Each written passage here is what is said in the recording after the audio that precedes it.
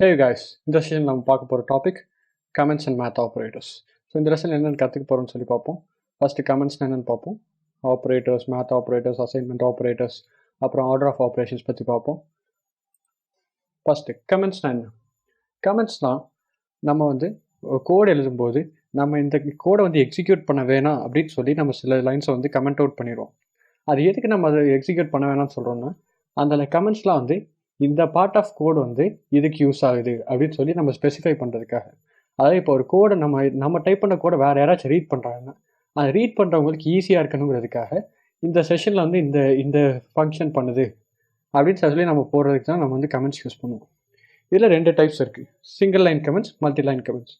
Single line comments எதுக்குன்னா, ஒரு single லைனை மட்டும் இதை வந்து எக்ஸிக்யூட் பண்ணாத அப்படின்னு சொல்லி நம்ம வந்து இன்ஸ்ட்ரக்ட் பண்ணுறதுக்கு நம்ம சிங்கிள் லைன் கமெண்ட்ஸ் யூஸ் பண்ணுவோம். இந்த சிங்கிள் லைன் கமெண்ட்ஸ்லாம் எப்படி ஸ்பெசிஃபை பண்ணுவோம்னா, நம்ம கமெண்ட் அவுட் பண்ண வேண்டிய லைனுக்கு முன்னாடி நம்ம ஒரு ஹேஷ்டேக் போட்டுருவோம். இந்த ஃபர்ஸ்ட் எக்ஸாம்பிள் மாதிரி. அது இப்போ நம்ம மல்டிபிள் லைன் கமெண்ட்ஸ்னால் எப்படின்னா, இந்த ஒரு ஸ்பெசிஃபிக் செட் ஆஃப் லைன்ஸ் எல்லாமே நான் கமெண்ட் அவுட் பண்ணணும்னா, நான் அந்த லைனோட ஸ்டார்டிங்கில் வந்து ஒரு ட்ரிபிள் கோட்ஸ், அதாவது நான் வந்து 3 டபுள் கோட்ஸ் போட்டுருவேன். அதோட நான் கமெண்ட் அவுட் பண்ண வேண்டிய கடைசியிலையும் 3 டபுள் கோட்ஸ் போட்டுருவேன்.